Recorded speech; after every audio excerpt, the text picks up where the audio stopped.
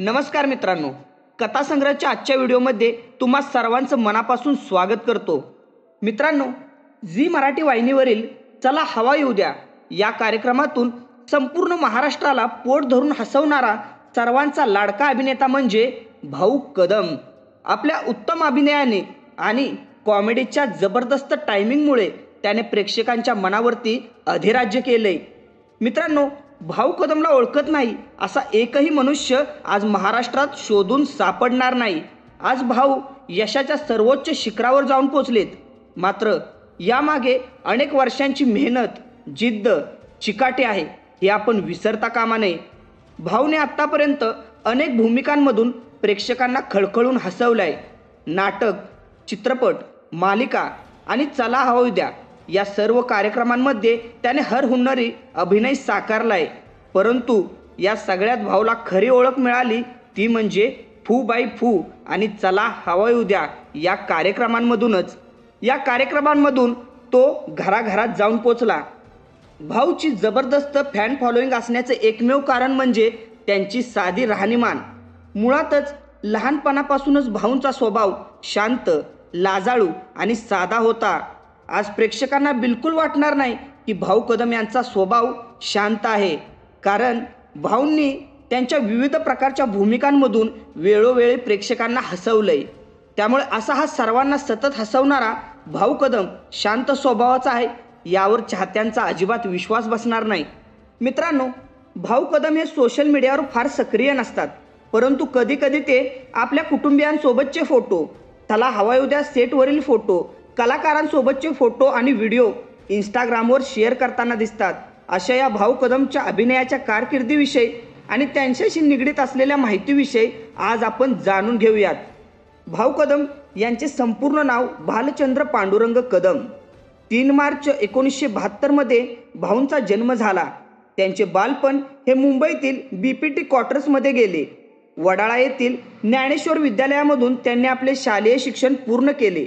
बालपणापासूनच ते लाजाळू आणि शांत स्वभावाचे होते। वडाळ्याला असतानाच भाऊंच्या वडिलांचे अकाली निधन झाले। वडिलांच्या अकाली निधनानंतर भाऊ कदम हे कुटुंबासोबत वडाळ्याहून डोंबिवलीला स्थायिक झाले। त्यानंतर कुटुंबाचा गाडा पुढे नेण्यासाठी आणि घर खर्चासाठी मतदान नाव नोंदणीचे काम करायला त्यांनी सुरुवात केली। परंतु त्यामध्ये चरितार्थ चालत नसल्याने त्यांनी पान सुपारीची टपरी सुद्धा सुरू केली। भाऊंनी साल 1991 मध्ये नाटकामध्ये काम करायला सुरुवात केली आणि तिथूनच त्यांच्या अभिनय कारकिर्दीला सुरुवात झाली। त्यानंतर जवळपास 15 वर्षांमध्ये भाऊंनी जवळजवळ 500 नाटकांमध्ये अभिनय साकारला।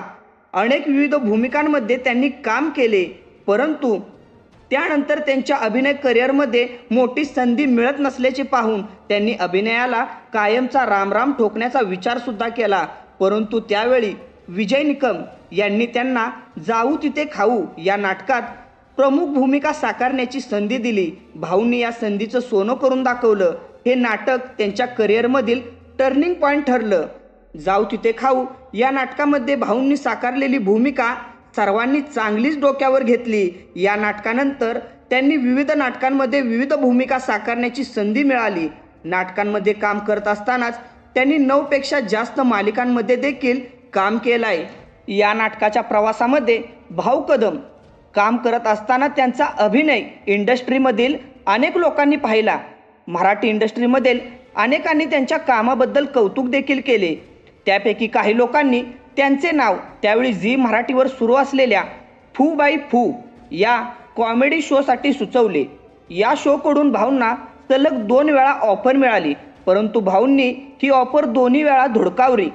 त्यांनी ही ऑफर न स्वीकारण्याचे कारण म्हणजे लाजाळू स्वभावाच्या भाऊंना मला हे काम जमणार नाही असे वाटत होते, त्यामुळे या कार्यक्रमात आपण काम करू शकणार नाही असे भाऊंना वाटायचे।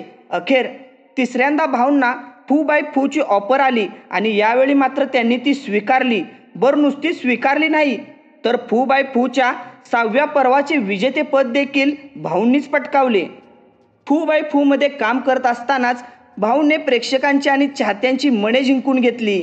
या पर्वात त्याने अभिनेत्री सुप्रिया पाठारे, भारत गणेशपुरे, कुशल बद्रिके, श्रेया बुगडे आदी कलाकारांसोबत काम केले होते। फू बाय फूचे सूत्रसंचालन करणारे अभिनेते निवेदक डॉक्टर निलेश साबळे यांनी नंतर चला हवा येऊ द्या या कार्यक्रमात पुन्हा कॉमेडीचा तडका लावला.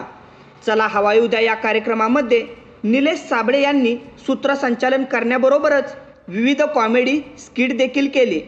त्यांच्या या थुकरटवाडीमधील किटमध्ये भारत गणेशपुरे, कुशल बद्रिके, श्रेया बुगडे आदी कलाकारांसोबतच भाऊ कदम यांनी दणक्यात एंट्री केली.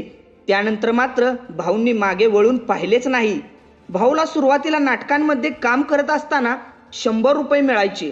त्यानंतर या मानधनामध्ये 150, 250, 350, 750 अशी वाढ होत गेली. त्यामधून भाऊंचा घर संसाराचा गाडा कसा तरी चालत होता. मात्र आज कॉमेडीचा सुपरस्टार ठरलेल्या भाऊ कदम यांना चला हवा येऊ द्यामध्ये भरपूर पैसे मिळत आहेत. चला हवा येऊ द्या या कार्यक्रमातील एका एपिसोडमध्ये भाऊ जवळपास 80,000ची रक्कम घेतो असे समजून येते. आज भाऊ कदम स्टेजवर आला की लोकांच्या टाळ्या आणि शिट्ट्यांची सरबत्ती सुरू होते. प्रेक्षकांकडून आज त्यांना अपार प्रेम मिळताना दिसतंय. प्रत्येकाला भाऊ कदम आपला माणूस वाटतो. भाऊंनी 9पेक्षा जास्त मालिकांमध्ये काम केले आणि 500हून अधिक नाटकाचे प्रयोगामध्ये सुद्धा काम केलेले दिसून येते. नाटक मालिकांबरोबरच भाऊंनी चित्रपटांमध्ये देखील आपल्या अभिनयाचा ठसा उमटवला. तुझं माझं जमेना, जाऊ तिथं खाऊ, टाइमपास 2, जाऊ द्या ना बाळासाहेब, सायकल, सांगतो ऐका, मिसमॅच, नशीबवान, बॉईज, हाफ तिकीट, झाला बोबाटा, नारबाची वाडी, कोकणस्थ, फेरारी अशा चित्रपटांमध्ये दमदार भूमिका भाऊंनी साकारल्या. आणि पांडू सिनेमात तर भाऊंनी दादा कोंडकेंना दिलेली मानवंदना तर अजरामरच आहे. असे हे रसिक प्रेक्षकांच्या मनावर अधिराज्य करणारे आणि प्रत्येकाच्या आपल्या घरातील वाटणारे कॉमेडी स्टार भाऊ. मित्रांनो, अशाच नवनवीन कहाण्या ऐकण्यासाठी आत्ताच आपल्या चॅनलला सबस्क्राईब करा, व्हिडिओला लाईक करा आणि कमेंटमध्ये नक्की कळवा की तुम्हाला कोणाची कथा ऐकायला आणि पाहायला आवडेल. धन्यवाद.